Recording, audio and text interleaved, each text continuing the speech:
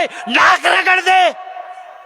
اگر ایسا کوئی کرتا ہے تو وہ جلسہ کمیٹی میں رہنے کے لائق نہیں ہے, نہیں ہے وہ لائق, کیونکہ وہ پوری قوم کو گمراہ کر رہا ہے.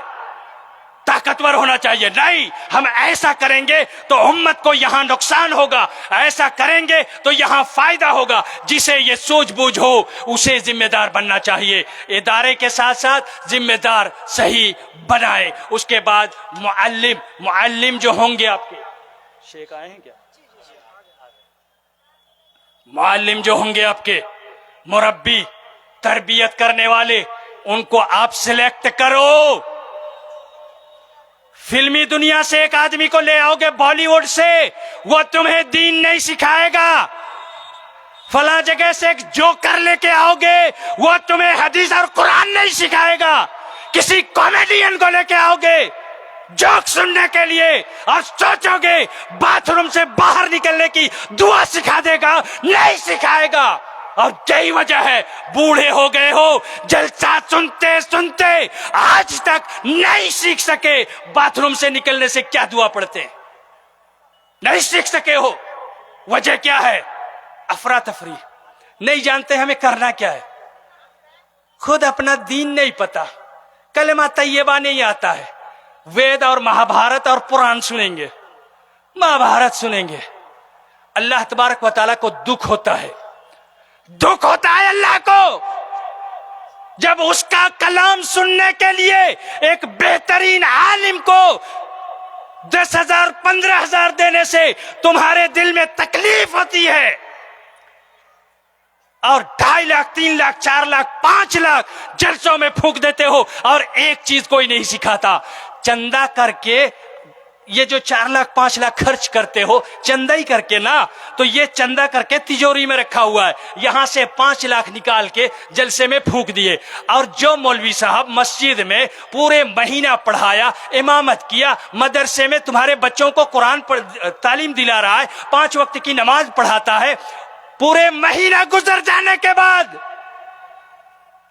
اس بد نصیب کو 5,000 کی سیلری دیتے ہوئے بھی کئی جھگڑے ہو جاتے ہیں مسجدوں میں. تم دو, یہ نہیں دے گا, اس نے دیا, اس نے نہیں دیا, کئی مہینے تک اس کی تنخواہ باقی رہ جاتی ہے. اللہ کو دکھ نہیں ہوگا؟ میرے قرآن کو جو بندہ پڑھا رہا ہے پورے مہینے اتنے بچوں کو پڑھایا, 5,000 دینے میں انہیں اتنی اکھڑتی ہے. ایک آدمی آتا ہے 1 گھنٹہ تقریر کر کے 1.5 لاکھ لے کے چلا جاتا ہے. اللہ کو اکھڑتی ہے یہ بات. کب سمجھو گے, کب سمجھو گے ان باتوں کو؟ اللہ کو تکلیف ہوتی ہے, اور تکلیف کوئی غیر مسلم نہیں, ایک مسلمان دیتا ہے. ہم جیسا جو ہم دعوے دار ہیں اسلام کے, مسلمانوں کے حلیہ بنا لینے سے, نام لکھ لینے سے کوئی مسلمان نہیں ہوتا ہے. جلسوں کو آوارہ بننے سے روکنا ہوگا.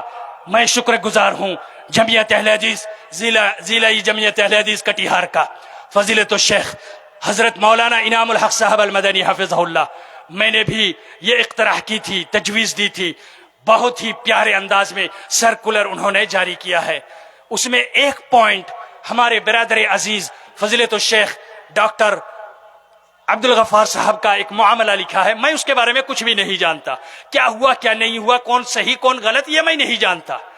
لیکن علماء کا اختلافی مسئلے میں نام آ جانا ہی میں علماء کی اہانت سمجھتا ہوں. یہ نہیں ہونا چاہیے تھا لیکن ہو گیا.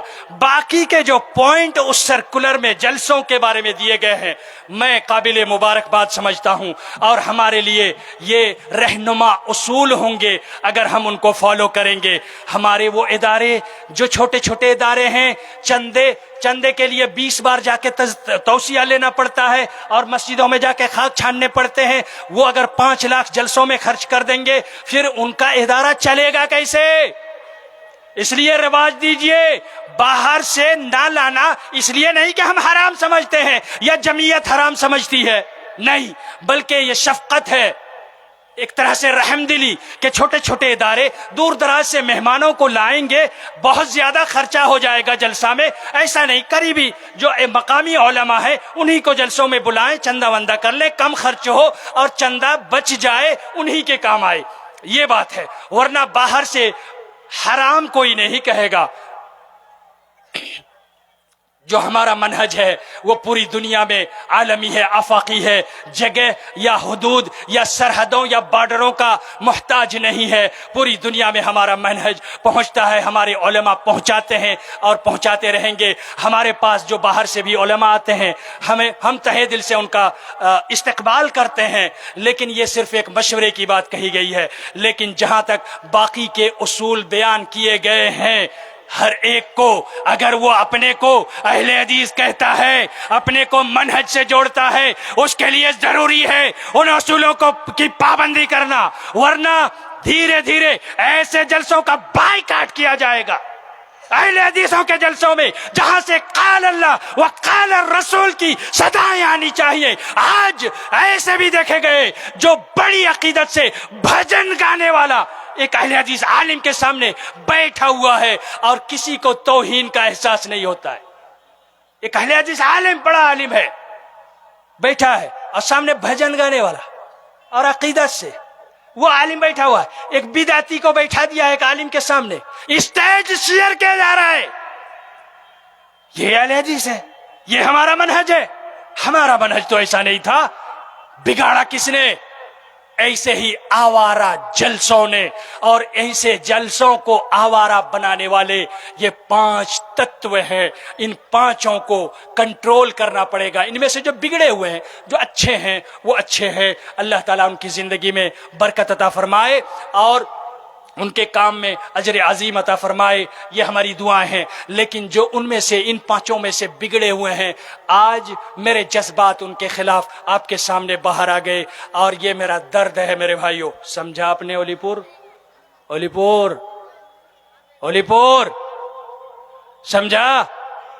یہ دل کا درد تھا، صرف اولی پور نہیں، جتنے لوگ ہیں، یہ میرے دل کا درد تھا۔ میں نے کہہ دیا ہے میری ایک مہینے کی سیلری کاٹ لینا، کوئی بات نہیں، دکھ مانو، تکلیف دل میں محسوس کرو۔ میں یہ نہیں کہوں گا تکلیف ہوئی ہے تو معاف کر دو، گزارش ہے آپ سے، تکلیف مانو جو میں نے کہا ہے، دکھ مانو دل میں کہ ہاں ایسے کہہ دیا، اب ہم کر کے دکھائیں گے اہل حدیث جلسہ کیسے کرتا ہے، دوبارہ مجھے کر کے دکھانا صحیح طریقے سے جلسہ، جی۔ اور جہاں بھی ہوگا ان جلسوں کو ہم سدھاریں گے، اپنی بچوں کو بگاڑ سے بچائیں گے، میلے ٹھیلے بننے نہیں دیں گے، اچھے علماء کو بلائیں گے، ان کے سامنے بیٹھ کر ہم سیکھیں گے، سکھائیں گے۔ آج بھی جو علماء ہیں، اچھے علماء ہیں، ان کے ساتھ بیٹھ کے اور آرام سے ان سے سیکھیے، سوال جواب کیجئے جہاں سمجھ میں نہ آئے، اور پروگرام کو آخر تک پہنچائیے، اور کلیکشن کے وقت آپ کچھ تعاون بھی کیجئے، چونکہ قبرستان کا مسئلہ ہے۔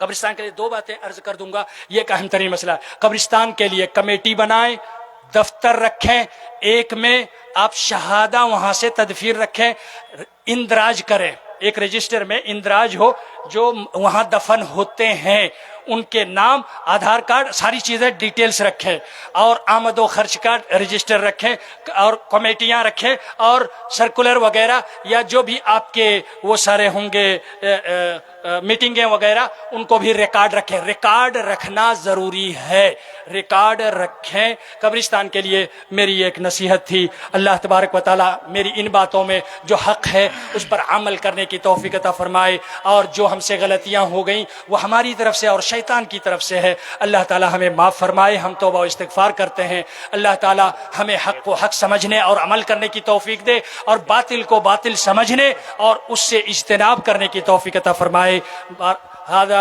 وصلى الله وسلم وبارك على نبينا محمد وعلى آله وصحبه أجمعين، والسلام عليكم ورحمة الله وبركاته۔ شکرا، جزاکم اللہ واحسن الجزا۔ صرف اتنا کہہ لیا جائے کہ تشنگی جم گئی پتھر کی طرح ہونٹوں پر، تشنگی جم گئی پتھر کی طرح ہونٹوں پر، ڈوب کر بھی تیرے دریا سے پیاسا نکلا۔ یہ تھے فضیلت الشیخ عبداللہ الکافی مدنی حفظہ اللہ، سابق دائی و مبلغ سعودی عرب، جو آج کے اس اجلاس کے نائب صدر کے حیثیت سے صدارت کر رہے ہیں بھی اس اجلاس کے، جن سے آپ نے بہت ہی مدلل اور مختصر بیان ضرور سنا، مگر بہت ہی مدلل اور پر مغز رہا، اور آپ کو ایک پیغام، ایک میسیج دینے کی کوشش کی کہ جلسے کس طرح سے کرانے چاہیے، جلسے کے مقصد کیا ہے، جلسے کے مقاصد کو ضائع نہ کرے۔ اس سلسلے میں شیخ نے بڑے ہی بہترین انداز میں ہم تمام سامعین کو نصیحت کی۔ اب میں بلا تاخیر فضیلت الشیخ حسین سلفی حفظہ اللہ کو دعوت دیتا ہوں کہ آپ آئے اور مسند خطابت کو سنبھالے۔ آپ بنگلہ زبان میں یہاں سے اب شیخ حسین سلفی کو آپ سنیں گے۔